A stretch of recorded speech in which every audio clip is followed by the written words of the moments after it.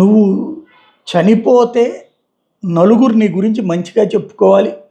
అదే సందర్భంలో నలుగురు నీ మృతదేహాన్ని మొయ్యడానికి ముందుకు రావాలి. అదే థీమ్ ఆ నలుగురు సినిమా.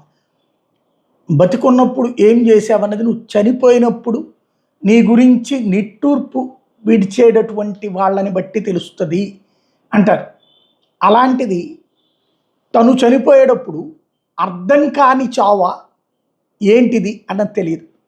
తాజాగా ఎల్లారెడ్డిపేట సిరిసిల్ల జిల్లా, నా చావుకు ప్రధాని నరేంద్ర మోడీనే కారణమని సర్ఫారం మీద సూసైడ్ నోటు రాసి ఓ యువకుడు ఆత్మహత్య చేసుకున్నాడు. సిరిసిల్ల జిల్లా ఎల్లారెడ్డిపేట మండలం రాచర్ల గొల్లపల్లి గ్రామానికి చెందిన వంశీ అనే కుర్రోడు తన ఇంట్లో ఉరివేసుకుని ఆత్మహత్యకు పాల్పడ్డాడు. తన దగ్గర ఉన్నటువంటి సర్ఫామ్ మీద నా చావు కేవలం ప్రధానమంత్రి నరేంద్ర మోడీనే కారణం, ఎవరిని ఏమీ అనొద్దంటూ స్పష్టంగా రాసి పెట్టాడట. పోలీసులు ఈ సంఘటనా స్థలానికి చేరుకుని మృతదేహాన్ని పోస్టుమార్టం నిమిత్తం సిరిసిల్ల ప్రభుత్వ ఆసుపత్రికి తరలించి ఈ విషయం మీద కేసు నమోదు చేసి దర్యాప్తు చేస్తున్నారు. అక్కడ ఎందుకు చనిపోయాడన్నది తెలియదు. ఇప్పుడు అతడు రాసిన ఆ లేఖ ఏంటి, ఈ వ్యవహారం ఏంటి అన్నది ఇప్పుడు తేలాల్సి ఉంది.